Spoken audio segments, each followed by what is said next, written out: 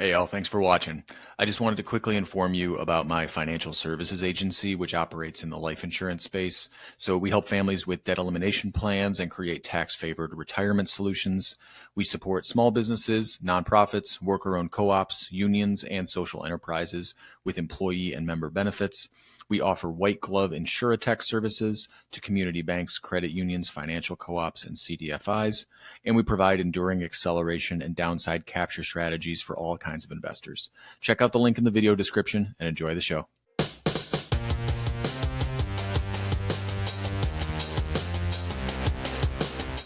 Edition of the Mindful Marketplace here on bizradio.us. I have on a fantastic guest who has been really a long-term social enterprise, social entrepreneur, and sustainability business owner. And I'm really excited to get to talk to Eric Henry here in just a little bit. If this is your first time here with us on the Mindful Marketplace, this is the program where we talk to the entrepreneurs and economic experts who are not only solving a market problem to make a profit, but they're also solving a social problem to make an impact.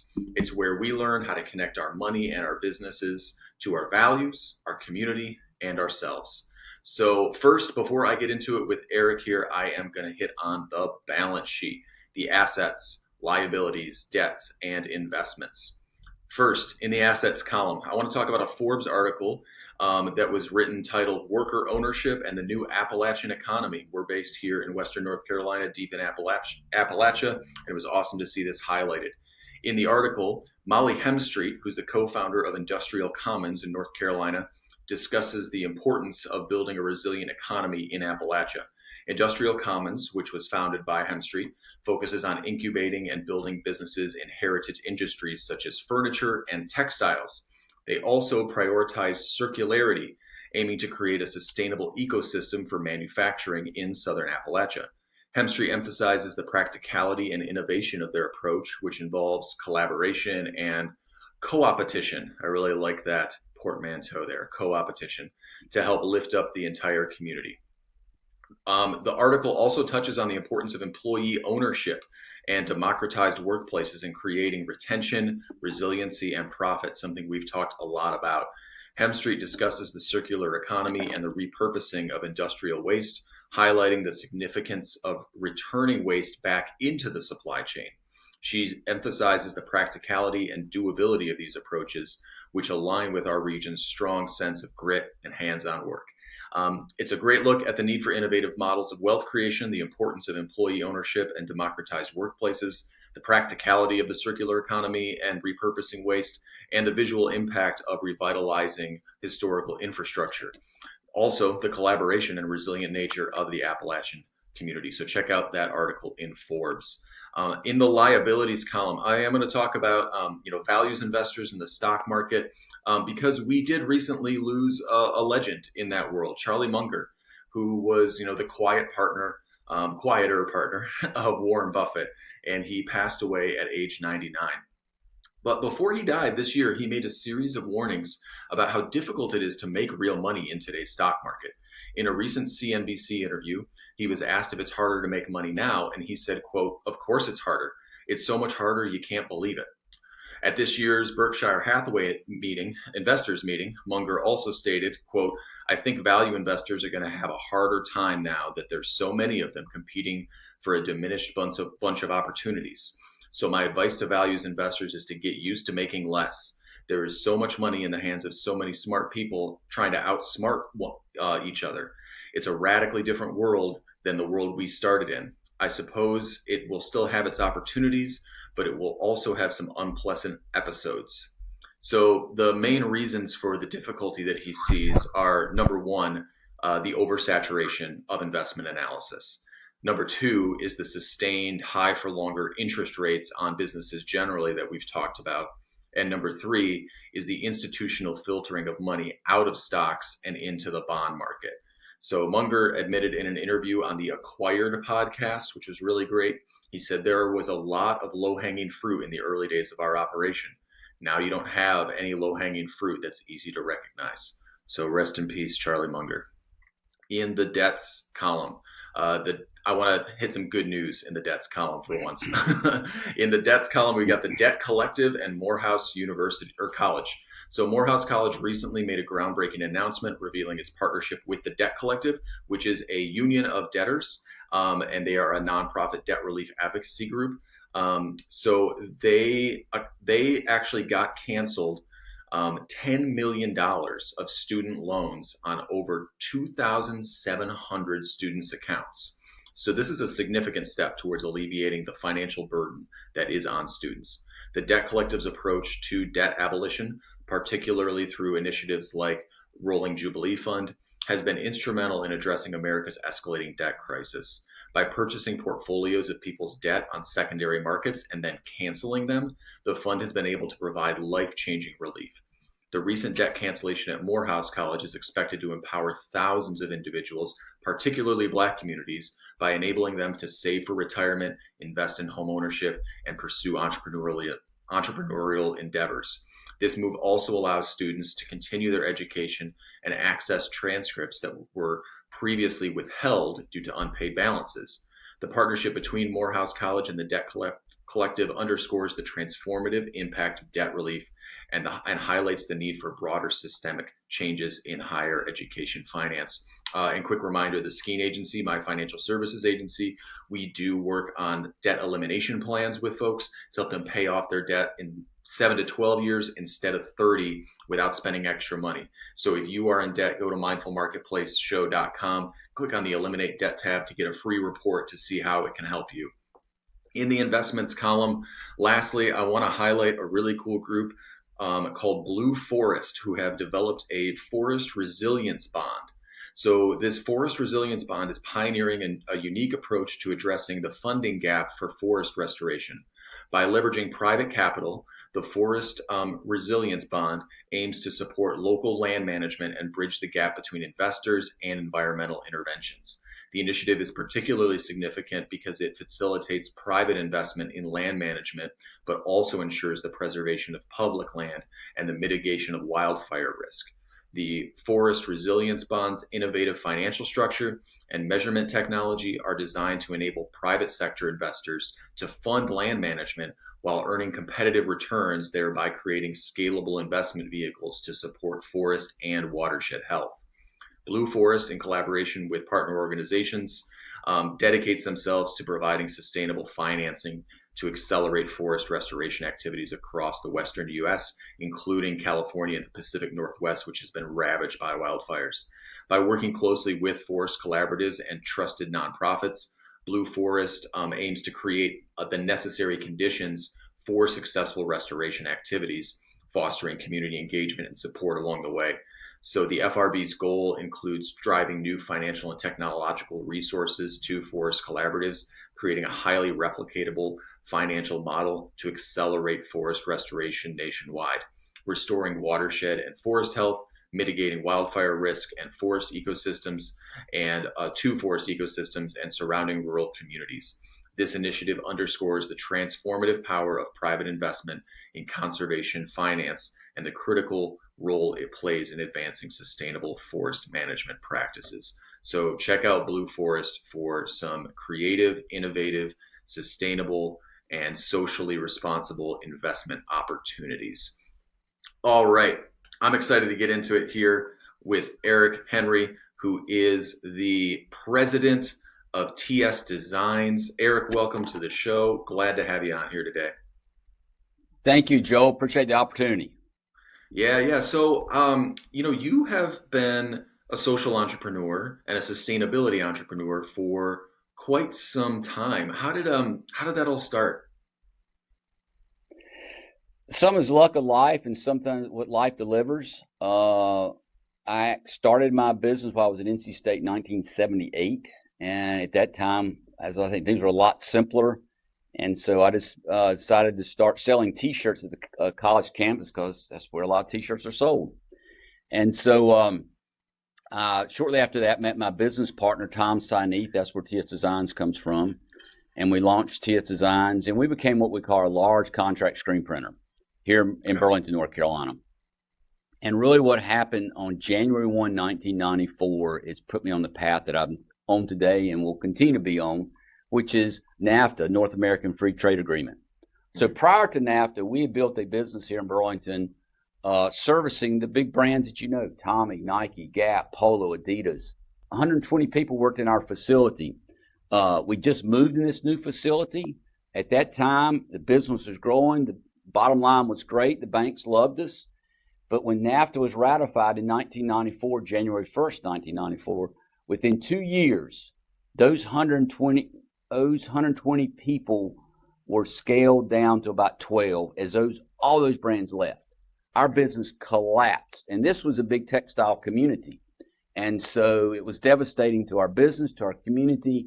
But I realized then, as I realize now, there's more to a business than a bottom line. And so we were an early adopter of what we call the triple bottom line, people, planet, profit. So it was the heartbreak of NAFTA and the destruction that destroyed our business that's put me, as I said, the path that we're on today. And I think, and now we went through COVID and all the other challenges we have in the world. I think we're more and more people are coming to realize that the power of business, not only to be profitable, but to also be responsible and accountable for impact to people and planet. Yeah, I love that. I remember, so I moved to Western North Carolina from Michigan. And, pretty much, I mean, half the people, when you're in Michigan are in some way connected to the auto industry. And when NAFTA happened and all those jobs went out, you just saw incredible decimation. And I think there was definitely a realization among people that, none of these parties, none of these major, these policymakers are really actually looking out for working people one way or the other. And that something has to change, that there has to be some kind of way to do things differently. And so I think it's really cool to see you take that charge and actually make it happen because it's easy to talk about it, but it's a whole other thing to make it happen. So tell us, so TS Design, so you guys still make t-shirts? What else is there? Yes. No, we're still in the t-shirt business. But obviously, and I like to say sustainability being a journey, not a destination, and also it takes a community, and glad to be in a community that I like to say with the intersection of agriculture and apparel, i.e. the painting in the wall behind me is the cotton farmer we work with about 60 miles from here. So we are focused on domestic apparel manufacturing, highlighting what we can do in North Carolina because we have all the assets here. And the assets never left. Globalization forced them to go overseas, again, chasing price. And thing I like to say, when you go outside of your market for a product or service or market delivery, you're cheating the system. So we were just down at this cotton field a couple of weeks ago, and I think of the cotton that's grown in the U.S., only 10% stays here. The rest of it, somewhere between the field and the apparel that we wear today, gets shipped overseas. And so we were just, that's the journey we've been on, but we're constantly learning. And again, our guiding principles or star, whatever you want to call it, is how do we make a better product that will impact our bottom line, positive, but also make sure people and planet are always represented. It's not always equal, it's not always balanced, but we don't work in a vacuum. And as I said, that's just kind of our guiding principles is always making sure as we move forward. And today, I like to say we make the highest quality, most sustainable print apparel in the world. And the way I can say that is, again, we're fortunate that the cotton that comes from this painting from behind me, we're able to take that cotton and make a t-shirt in 700 miles. That's impressive in itself because a typical t-shirt is about 20,000 miles. Because we chase the world for cheap labor. But I think the other big issue that haunts the apparel industry, and one thing we realized, again, we started working with this farmer back here over 15 years ago. And we went to reach out to Ronnie, now working with his son Andrew, and I'll never forget when I went down there the first time, guys, probably 17, 18 years ago, and Ronnie said, why the heck you want to buy my cotton? Because you can buy all the t-shirts you want from, at that time it was a 1-800 number, now it's online. I realized then as well now is I want to control that supply chain. I want to control it. I don't want to grow the cotton. They do a great job cotton. I don't want to grow it. I want to gin it, spin it, knit it, finish, cut it, sew it. Matter of fact, you said earlier, Molly Hemstreet's a very good friend of mine. She does some of our cut and sew of T-shirts. Oh, awesome. But we want to facilitate that supply chain. And so fast forward to today, and with typically 97, 98% of our clothes made overseas, one of the biggest issues, challenges the industry faces, the apparel industry is a lack of transparency. I know we live in a global economy, and I know we're not going to put that genie back in the bottle. But what we do, and we used to use a contrasting colored thread in the sleeve, and now we actually use a QR code. When you scan that QR code, it will take you to a website, wearyourclothing.com, W-H-E-R-E, yourclothing.com. And you just, I mean, this is a public website. Anybody can go there, and you will actually meet Andrew Burleson. You'll get a picture, a phone number, a physical address, and an email. You can go visit Andrew or Wes or Andy or the whole supply chain without coming to us. Try to do that with any other apparel you got, and you might get, even it's crazy about this industry, you know, on and on. It might say made in USA, but that could be imported fabric. It might be domestic fabric. But again, I think without transparency, you have lack of trust. And the apparel industry is constantly getting busted about, you know, where it was grown, how it was made, the environmental, the social impact. And again, we're not a perfect company. There's always room for improvement, but there's no secrets. There's no secrets. You're basically, you come to TS Designs, you go to our supply chain, you see everything, know everything. And again, that's the biggest thing that I call out to the brands is, I'm not saying it's all going to come back to the States. We need to balance the scales a little bit. But you as a consumer that's supporting a brand should have access to that information of where your clothes are manufactured. And you should be able to reach out to that company in Bangladesh or Vietnam or China or India, and there'll be a contact there. But no, that's completely made very opaque. And again, as I said earlier, you know, every couple of months here comes another disaster in the industry, and the consumer doesn't know. Have you ever tried to do that? Have you ever tried to find out from a major global supplier those details? Oh, I've asked. We had a couple years ago, Joe. We had, and we're open to anybody. You know, anybody wants to come visit, please come visit us. But we were doing a tour for a group of students out of Mississippi State University, and they have a textile school. And on that tour bus, which I didn't know at the time, were some folks from Gap. And Gap was sponsoring the thing, and they came in, and we were kind of doing a meet and greet. And the folks from Gap whipped out their beautiful sustainability report. I mean, gorgeous pictures, all these graphs and stuff. And I said, that's fantastic. I said, but my call to action for you and for any brand, be it Tommy, Nike, Gap, Polo, whatever, make your supply chain transparent. Trust your customers enough to give them the keys and say, here you go, Joel. You know, you can make that contact. I've never seen a global supply chain that's offered that level of transparency. Now, what they'll do, matter of fact, I got a pair of jeans on the day of a project we did a couple of years ago with Wrangler, is we did a little, I won't call it niche or something like that, where we put together not only a T-shirt and a pair of jeans connected all the way back to the farmer, and they did this whole rooted collection. But typically what the big brands do, they do this kind of like window dressing marketing spin of, you know, to kind of show their support. But my experience with that, they usually last 1 or 2 seasons, they move on to the next little shiny object. Because what's happening, Joel, is since NAFTA, and again, that's 30 plus years ago, the brands are so enamored by the cost differential of apparel manufacturing labor overseas to here.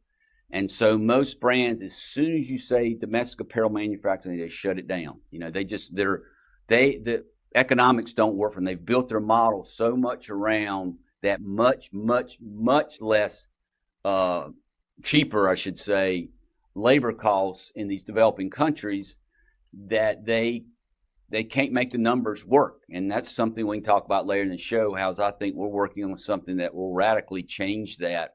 And again, I think the opportunity is looking at the apparel industry not as a bottom line focus, but a triple bottom line. Yes, we need the brands to make money, but they cannot continue to make the money on the backs of people or negative impact to the planet, which I think they mainly been doing the last 30 years. So what I do want to get into in part two of this conversation, I think now that I've kind of listened to you talk a bit, is, you know, you have mentioned triple bottom line a couple times. And, that's like you said, it's profit, but it's also people and it's planet. And I think that a lot of times there's a misconception and there's an assumption out there that I think we should question this underlying assumption of what we could call two pocket thinking, which is that with one pocket, I got to make all the money in the world. And then in the other pocket, I can maybe do a little bit of good with. And that business is over here to make money and that nonprofits are over here to do good. And I think what your business and what you were doing is to kind of challenge that basic assumption and say, no, that's not the case. We can actually do business in a way that does good at the same time. And I want to dig into you in part two on things like how that actually affects the quality of your product, how that affects your customers, how that affects your workers, how that affects the supply chain and the larger planet and the ecosystem.